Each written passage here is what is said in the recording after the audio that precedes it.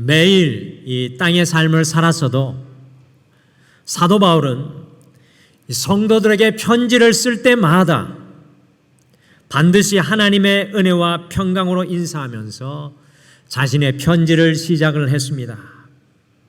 오늘 말씀으로 우리 하나님 바라보시기 전에 앞뒤 좌우분들에게 오늘 이 예배가 우리의 땅끝 곧 마지막인 것처럼 간절한 사랑의 마음을 담아서 서로 인사하겠습니다. 영어로는 Grace and Peace, 한국말로는 은혜와 평강입니다. 우리 앞이 좌우분들에게 같이 인사해 주시죠. 은혜와 평강입니다. Grace and Peace, 은혜와 평강입니다. 아멘. 그리고 혹시나 우리의 방송에 함께 하실 분들을 향해서 우리 손으로 같이 인사하실까요? 은혜와 평강입니다. 아멘. 2022년 6월 25일이었던 어제는 우리 대한민국이 6.25 전쟁을 겪은 지 72주년이 되는 날이었습니다. 우리 대한민국의 5천년 역사 속에 두 가지 아주 끔찍한 전쟁이 있었는데요. 그것은 임진왜란과 6.25 전쟁이었습니다.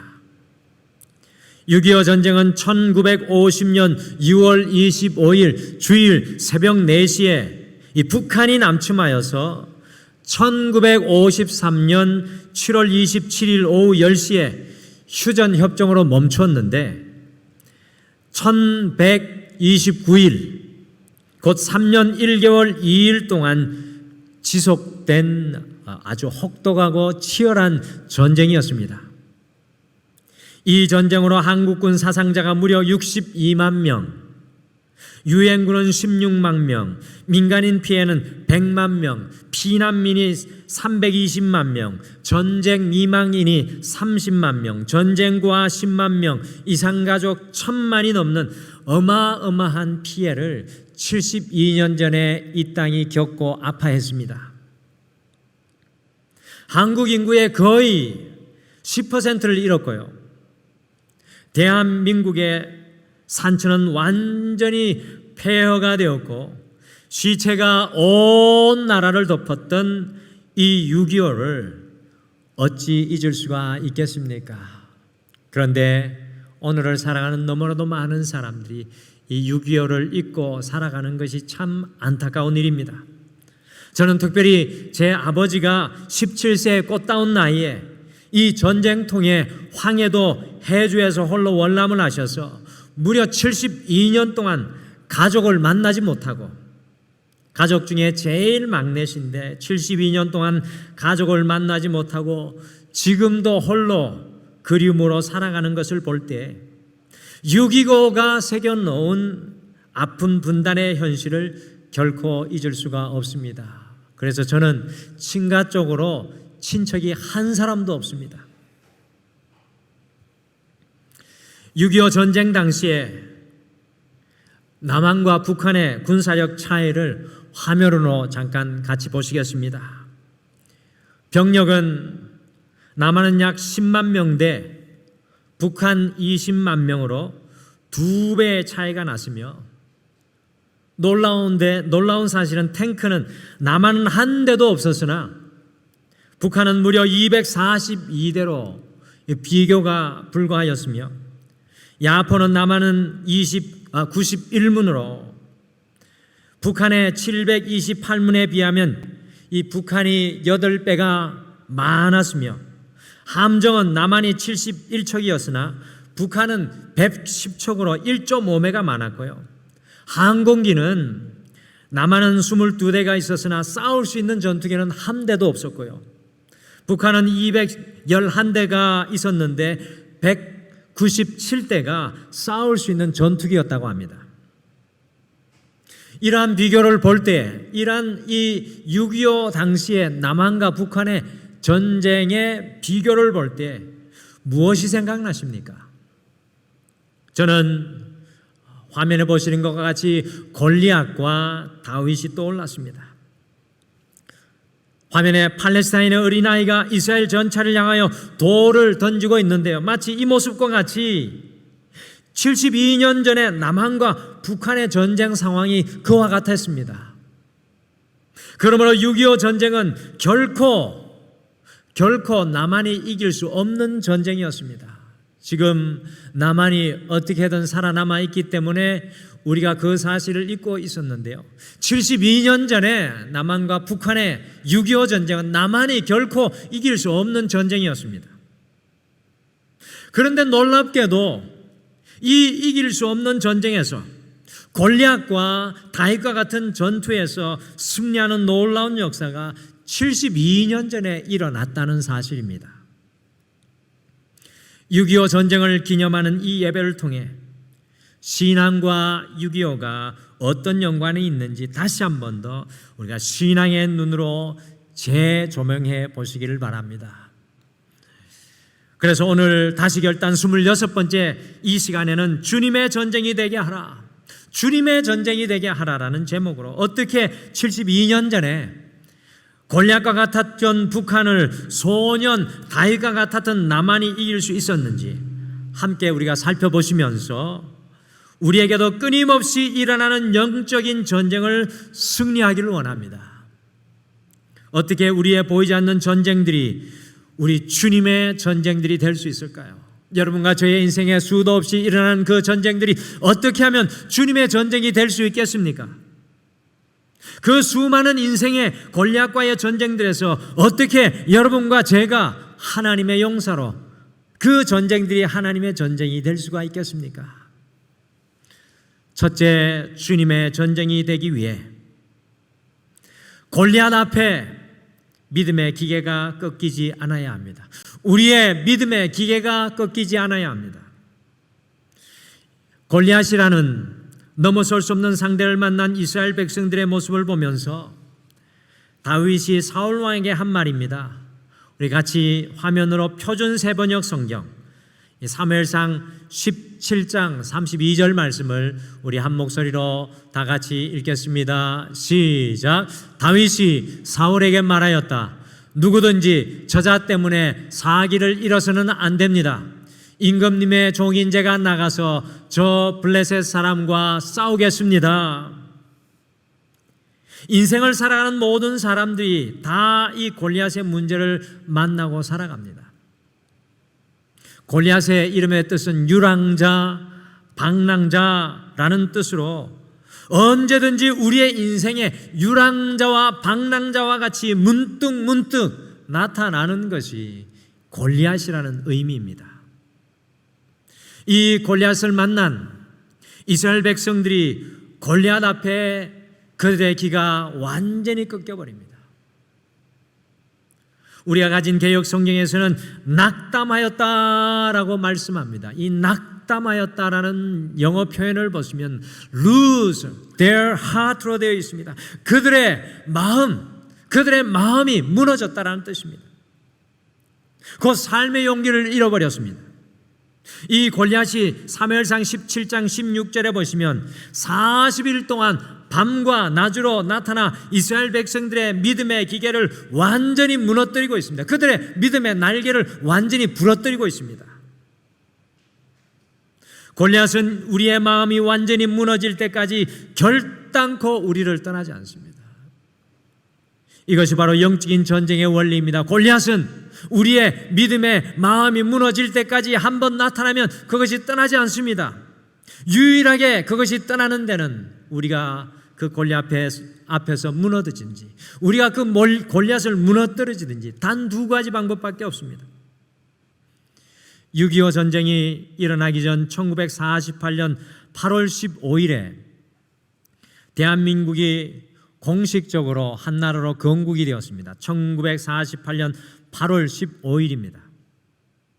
북한도 조선민주주의 인민공화국을 한 달 뒤인 1948년 9월 8일에 건국을 하였습니다. 이처럼 나라를 새롭게 건국하게 되면 유엔의 인주를 받게 되는데 남북한 대표를 파리 유엔 대회장에 보내었습니다. 남한의 초대 대통령 이승만 박사님은 5명의 대표단을 뽑아서 위원장이 장면 박사이고 위원으로는 모윤숙 여사, 조병욱 등의 위인을 파견을 했습니다. 특별히 장면 박사를 보내는 이유는 그가 신실한 카톨릭 신자였기에 교황청의 도움을 좀 호소하여서 얻어볼 수 있도록 보냈고요. 함께 또 보낸 모윤숙 여사는 신실한 기독교인으로서 권사님이었습니다. 굉장히 신실한 기독교인이었습니다. 파리의 유엔의 회의 마지막 날이 12월 12일인데 첫날부터 대한민국 건국안을 유엔에서 상정을 하게 되었을 때 소련 대표가, 지금은 러시아지만 그때는 연방공화국이었던 소련 대표가 마이크를 잡고 코리아는 독재자 이승만이 다스리고 미군의 앞잡이라고 하면서 한 2시간을 떠들고 나면 그 다음에는 소련의 위성국들인 헝가리, 동독, 체코가 차례로 발언을 하면서 의사 진행을 방해를 해서 도무지 한국이 나라로 인정받을 수 있는 표결의 시간을 주지를 않았습니다. 이제 1948년 12월 12일인 유엔 회의가 내일이면 마지막 시간인데 그날 저녁에 장명 박사가 한국 대표위원들에게 이야기를 했습니다. 안 되겠습니다. 그냥은 안 되겠습니다. 오늘 저녁에 교회를 찾아가서, 이영만리 외국 땅이지만 오늘 이 저녁에 우리가 교회를 찾아가서 우리가 최라 기도를 합시다.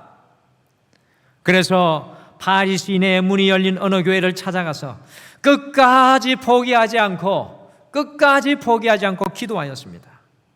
특별히 관절염을 매우 심하게 앓고 있었던 모윤숙 권사님은 관절이 끊어질 것 같은 아픔을 견디면서 두 무릎을 꿇고 이 나라를 위해서 나라로 승인받도록 믿음의 기계를 잃지 않고 마지막 날 하나님의 역사를 위해서 간절히 기도했습니다. 그리고 그 시간에 한국의 전국 교회가 포기하지 않고 함께 기도했고 이승만 대통령과 장관들이 퇴근하지 않고 그날 국무회의실에 남아서 끝까지 기도했습니다.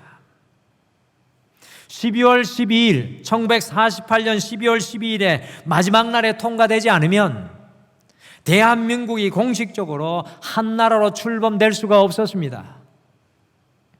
그런데 아니나 다를까 마지막 날 12월 12일에 2일에도 한국안이 나오자마자 소련 대표가 뛰쳐나와서 필리버스트, 의사 진행 방해를 2시간을 작정하고 시작하려고 하는데 갑자기 그 소련 대표의 목에 결절이 와서 숨이 턱턱 막히고 목소리가 안 나오고 숨이 가빠서 쓰러지려고 하니까 병원에 실려가고 말았습니다.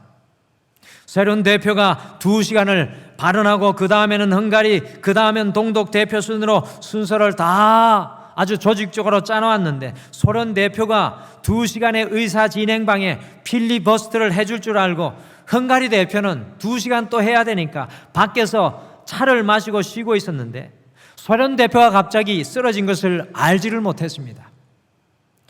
바로 그 순간에 사회자가 물었습니다. 코리아 건국 인준에 대해 또 발언이 없습니까? 반대할 사람들이 밖에서 차를 마시고 있으니 회의장이 아주 조용하니까 결국 마지막 날에 포결을 붙였습니다. 결과는 찬성 48표, 반대 6표, 한 표가 기권으로 결국 마지막 날에 1948년 12월 12일 마지막 날에 대한민국이 한 나라로 인준받게 되었습니다. 그런데 북한을 표결에 붙이니까 반대로 반대가 48표, 찬성이 6표, 기권이 1표로 인준을 받지 못하게 되었습니다.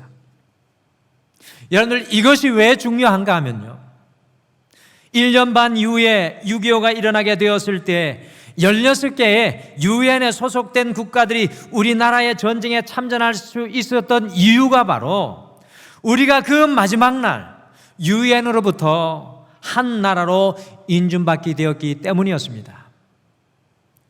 그 16개의 나라가 1950년 6.25가 일어났을 때 참전해 주지 않았다면 우리가 골리앗과 같은 북한을 상대로 어떻게 이길 수 있었겠습니까?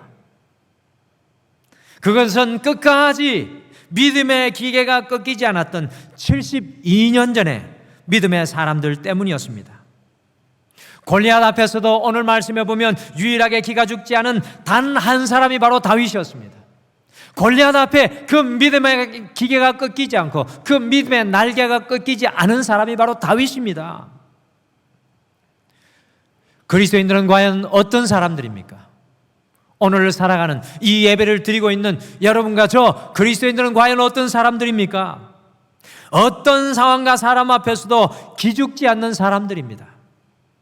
다니엘과 세 친구의 믿음의 그 기계는 풀무불조차 어찌할 수 없었고 사자굴조차도 어찌할 수 없었습니다. 코로나를 겪고 난 이후에 여러분과 저의 모습은 과연 어떠합니까? 코로나 이후에 우리 한국의 상황, 한국 교회의 상황은 과연 어떠합니까? 정말로 처참합니다.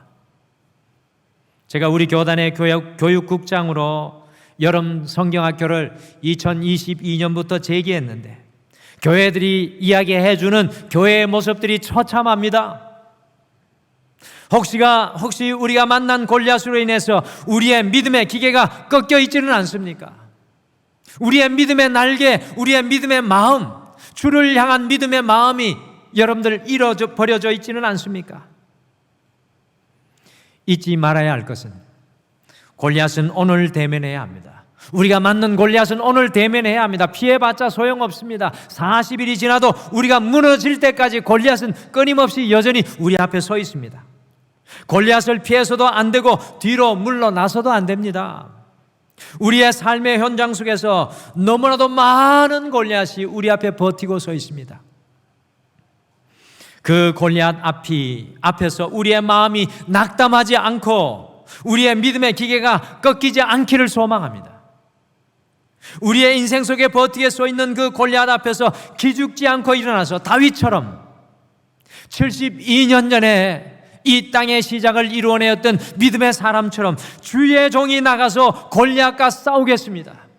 주의 종이 나가서 골리앗과 싸우겠습니다는 믿음의 기계로 나아갈 때 우리의 전쟁인 것 같지만 72년 전에 이 나라 이 민족의 전쟁인 것 같았지만 주님의 전쟁으로 주님이 싸워주시는 전쟁으로 바뀌게 될 줄 믿습니다. 사랑하는 성도 여러분, 주님이 싸우시는 전쟁은 믿음의 기계를 꺾이지 않고 끝까지 주님과 믿음으로 일어나는 삶입니다. 둘째, 주님의 전쟁이 되기 위해서는 골리앗 앞에서 사울의 군복을 벗어야 합니다. 주님의 전쟁이 되기 위해서는 골리앗 앞에서 사울의 군복을 벗어 던져야 합니다.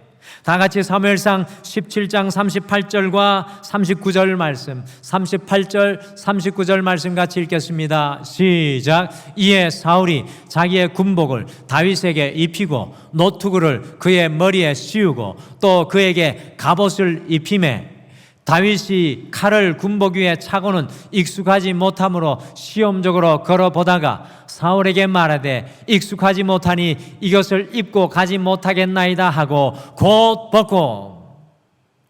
여러분들, 이 말씀 참으로 중요한 말씀입니다. 몇 번이나 읽고 묵상할 때 많은 하나님의 음성이 들려옵니다. 다윗이 골리앗과 싸우겠다는 말을 듣고 사울은 자신의 갑옷과 투구와 칼을 다윗에게 주고 입히고 무장시켰습니다. 아마도 3000년 전에 전 이스라엘 군인들 중에서 사울의 갑옷과 투구와 칼보다 더 좋은 것을 입은 사람은 아마 이스라엘 군대 진영에는 없었을 것입니다. 가장 좋은 군복이 사울의 갑옷이었습니다. 모든 사람들이 사울의 옷을 입기 위해 살아가고 달려가고 노력하는 현장의 모습이 3000년 전의 모습은 아니었을까 모르겠습니다. 그런데 보십시오. 사울의 옷은 다윗에게 맞지 않았습니다. 여러분들, 이것이 중요합니다. 사울의 옷은 다윗에게 맞지 않았습니다. 그것을 입고 도저히 다윗은 골리앗을 상대할 수가 없었습니다. 골리앗을 이기기 위해서 사울의 옷을 입기를 갈망하는 사람들이 많습니다. 우리의 인생 앞에 골리앗을 만났을 때 내가 저 사울의 옷만 입으면 이길 것 같다는 생각으로 살아가는 사람들이 너무나도 많습니다.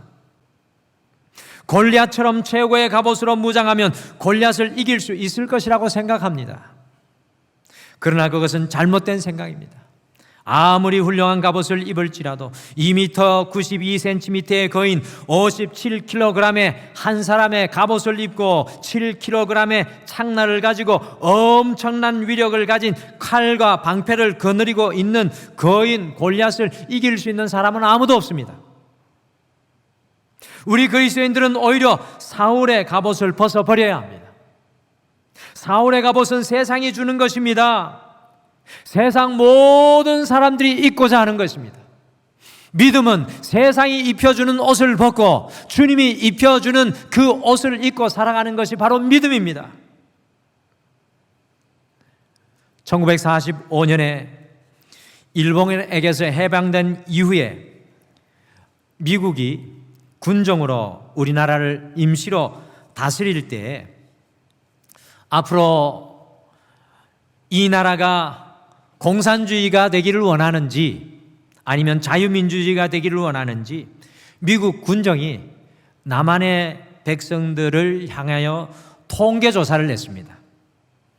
여러분들 어떤 결과가 있었을까요? 놀랍게도 1945년 해방 직후에 무려 78%의 국민들이 공산주의가 좋다고 응답을 하였고 당시에 공산당 당원이 남한에 100만이 넘었다고 합니다. 왜 이렇게 공산당이 인기가 많았느냐 하면 1917년에 레닌이 러시아의 공산혁명을 성공을 하면서 삽시간에 공산국가로 만들고요, 전 세계에 핍박받는 민족을 해방하고 소련 공산당은 전 세계에 억압받는 민중을 해방하겠다고 선언을 냈습니다. 이 공산당이 얼마나 철저하냐 하면 상해 임시정부 초대 대통령으로 이승만이 있을 때 소련의 스탈린이요 금을 무려 3마차나 독립운동 지원금으로 지원을 했는데 오늘날의 값어치로 하면은 이게 200원이 넘어가는 가치였습니다. 그러니 이런 공산당을 소장농이 80%나 되던 우리나라가 72년 전에 소장농이 80%가 넘는 그때 우리나라가 환영하지 않았겠습니까? 그런데 이승만 박사는 공산당이 그렇게 인기가 있을 때 아니다, 공산당은 망한다. 왜 망하느냐? 하나님을 부인하고 물질을 숭상한다. 둘째, 하나님이 주신 자유를 억압한다. 이런 체제는 반드시 망한다고 거의 전 세계 최초로 공산당의 실패를 주장을 했습니다. 놀랍게도 해방 직후에 그렇게 많은 사람들이 공산당을 지지하였으나 막상 1948년에 이 남한이 세워질 때 공산당의 옷을 싹 벗고 자유민주주의의 옷을 입게 되었습니다. 이 놀라운 기적입니다. 원래 북한이 아시는 대로 남한보다 1970년까지만 해도 잘 살았습니다. 북한이 남한보다 1970년까지만 해도 우리보다 잘 살았습니다. 그런데 공산당이라는 사울의 옷을 벗어버리고 남한이 믿음의 길을 걷게 되었을 때 놀라운 하나님의 복을 누리는 나라가 이 민족, 이 나라가 되었습니다. 한국의 기적을 이루어냈습니다. 지금 너무나 좋은 나라에 살기 때문에 이 나라에 살면서도 불평과 원망이 많은데 저는 필리핀에 가서도 살아보고 정말 잘 산다는 영국이라는 나라에 가서 살아봤지만 저는 우리나라가 최고로 좋은 것 같습니다. 한국의 기적을 이루어냈습니다. 하나님을 부인하는 곳에는 전쟁이고 혼돈이고 욕심과 탐욕과 착취와 낙심과 절망과 어두움만 남게 됩니다. 다시 말씀드립니다. 하나님을 부인하는 곳에는 전쟁이고 혼돈이요 욕심과 탐욕과 착취와 낙심과 절망만 기다릴 뿐입니다. 사랑하는 성도 여러분, 지금 우리가 살아가는 이 세상은 쉴 새 없이 사울의 옷을 입게 만듭니다. 이 시대를 살아가는 우리 믿음의 자녀들을 정말로 위기 시대에 살아갑니다. 쉴 새 없이 세상은 우리 자녀들이 사울의 옷을 입게 만듭니다. 세상이 좋아 보이는, 세상이 주는 옷을 입게 만듭니다. 세상이 주는 성공주의, 명예주의, 물질주의, 이기주의, 쾌락주의, 그 옷을 입고 만들고 살아가게 합니다. 그러나 골리앗 앞에서는 기억하십시오. 골리앗 앞에서는 세상이 입혀주는 사울의 군복은 우리를 걸려 넘어지게 할 수밖에 없는 것입니다. 골리앗과 싸우기 위해서는 세상이 입혀주는 사울의 옷이 필요 없다는 것입니다. 오직 우리가 하나님을 덧입을 때 우리의 인생의 골리앗을 이기고 승리하는 믿음의 사람이 될 수 있다는 것입니다. 대한민국의 역사는 사울의 옷을 벗고 하나님으로 덧입는 역사였습니다. 대한민국의 역사는 사울의 옷을 벗어버리고 하나님의 은혜의 옷을 덧입은 역사였습니다. 그런데 지금 우리나라를 돌아보면 온통 사울의 옷을 입고 살아갑니다. 교회도 사울의 옷을 입었습니다. 목회자도 사울의 옷을 입고 성도도 사울의 옷을 입고 살아갑니다. 하나님의 오신 예배의 옷, 말씀의 옷, 기도의 옷, 전도의 옷, 선교의 옷은 벗어버리고 세상의 옷만 입고 살아가는 시대 같습니다. 우리 주님의 전쟁이 되는 것은 우리가 사울의 옷을 벗어버리고 주님의 옷을 입을 때 시작됩니다. 골리앗 앞에서는 우리가 입은 세상의 사울의 옷은 아무짝에 쓸모없습니다. 신앙은 날마다 우리의 인생 가운데 입혀진 사울의 옷을 벗어버리고 주님이 입혀주시는 그 옷을 입는 믿음의 과정입니다. 이번 한 주 사울의 옷은 벗어버리고 주님의 옷을 새롭게 입는 사랑하는 우리 등머리의 모든 성도님들 되시기를 간절히 축복합니다. 마지막으로 주님의 전쟁이 되기 위해서 골리앗 앞에 우리의 물매를 열심히 던져야 합니다. 다윗은 2세의 8 형제 중에 막내였습니다. 다윗은 홀로 양떼를 빈들에서 지켜야만 했습니다. 어떻게 다윗이 사자나 곰에게서 양떼를 지켰다고 합니까? 여러분들 지금으로부터 3000년 전에 사자나 곰, 여러분들 이거는요 골리앗입니다. 사람이 당해낼 수 없는 존재들이죠. 그런데 다윗이 이 사자나 곰에서 양떼를 지켰다고 합니다. 그냥 빈말이 아닙니다. 사무엘상 17장 3절과 35절에 보시면 사자나 곰이 와서 양을 물어가면 다윗은 물매를 던져서 그들을 제압하고 다시 공격하면 그들의 수염을 잡고 죽였다고 나옵니다. 이것은 그냥 지나가는 빈말이 아니라 다윗이 그대로 살아냈던 삶의 모습입니다. 달려오는 곰이나 사자를 오늘날의 최신 무기인 총으로 쏘아 죽이는 것도 쉽지 않은 일인데 다윗은 물매를 던져서 곰과 사자를 제압했다는 것입니다. 여러분들 물매의 속도는 야구 선수가 던지는 공보다 더 빠른 시속 160km로 날아가서 90m에 떨어진 적을 정확히 맞출 수 있었다고 합니다. 여러분들 오늘날 한국의 투수 중에 제일 빨리 던지는 투수가 160km입니다. 90m 떨어진 적을 160km로 날아가서 정확히 맞춥니다. 여러분들 상상해 보십시오. 다윗이 달려오는 곰과 사자를 맞추기 위해서 얼마나 많이 연습했겠습니까? 얼마나 또 연습했겠습니까? 얼마나 물매를 던지고 또 던졌겠습니까? 신앙생활을 하는 많은 성도들이 이것을 지나치는 것을 많이 보게 됩니다.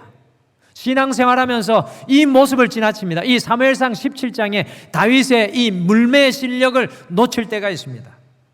믿음만으로 모든 것이 다 된다고 하는 만사형통을 외치는 성도들이 많습니다. 그러나 오늘 다윗을 주목하십시오. 자신의 최고의 것을 하나님의 손에 올려드립니다. 신앙인은 그저 믿음만 외치는 그런 낙관적인 성도들이 아닙니다. 주님 앞에 치열하게 자기의 최고의 것으로 살아가는 사람들이 믿음의 사람들입니다. 다윗의 물매의 실력은 대단한 것이었습니다. 다윗은 실력 있는 사람이었습니다. 어디를 내놓아도 빠지지 않는 실력 있는 사람입니다. 다윗의 다른 점은 자신의 실력과 노력도 다 하나님의 손에 내려놓는 것입니다. 여러분들 이것이 중요합니다. 내가 가진 최고의 것도 하나님 앞에 돌려드릴 수 있는 사람이 다윗이었습니다. 다윗의 다른 점은 자신의 실력과 최고도 주님 앞에 올려드립니다. 많은 한국교회 성도들이 착각합니다. 믿음이면 그것으로 그만인 것으로 생각합니다. 아닙니다. 진정한 믿음은요 삶으로 살아가는 것입니다. 믿음이 있는 사람은 삶으로 살아가게 되어 있습니다. 다윗은 하나님을 의지하여 물매를 던졌습니다. 그러니 머리카락이라도 맞출 수 있는 것이 다윗의 물매 실력이었다고 합니다. 질문 하나 드리겠습니다. 과연 다윗은 골리앗과 싸우기 전에 승리를 예상하고 싸웠겠습니까? 아니면 단순한 믿음으로 나아갔겠습니까?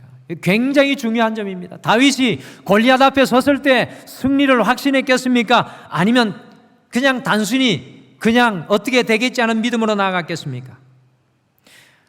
확실합니다. 다윗은 이미 승리를 예상하고 골리앗에게로 달려갔습니다. 다윗에게는 단 5개의 물매만 필요했습니다. 그것도 4개는 여분이었습니다. 사용하지 않아도 될 여분이었습니다.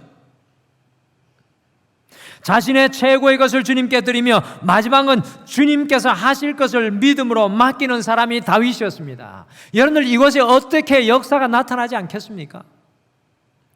사랑하는 성도 여러분, 주님의 전쟁이 되기 위해서는 우리 역시 우리의 물매를 최선을 다해 던져야 합니다. 여러분들, 주님께서 이 2022년 코로나 이 마지막 이 끝에, 이 벼랑 끝에 우리를 세워 놓으시고 이것을 우리에게 도전합니다. 열심히 던져야 합니다. 과연 여러분과 저의 물매는 무엇입니까? 과연 여러분과 저의 물매는 무엇입니까? 무엇이든지 최선의 것을 주님의 손에 올려드리시길 바랍니다. 여러분들, 이것이 믿음입니다. 이것이 믿음의 완성입니다. 그 물매를 주님께서 사용하실 때 골리앗은 무너질 줄 믿습니다. 그 물매가 주님의 손에 붙들릴 때 주님께서 싸우시는 전쟁이 됩니다. 메가더 장군이 미군을 이끌고 인천 상륙작전을 하기까지 남한은 낙동강 전선을 지켜내야만 했습니다. 그런데 그것을 위해서 가장 중요한 것이 일본에 있는 미군이요, 북한이 주둔하고 있는 낙동강 지역에 비행기로 매일 날아와서 폭격을 해주어야만 가능했습니다.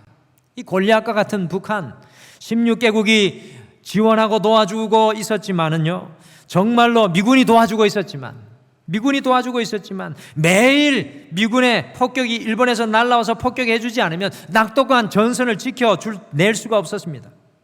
문제는 폭격은 날이 흐리면 폭격할 수 없는 것이 문제입니다. 그때가 한국의 8월입니다. 8월.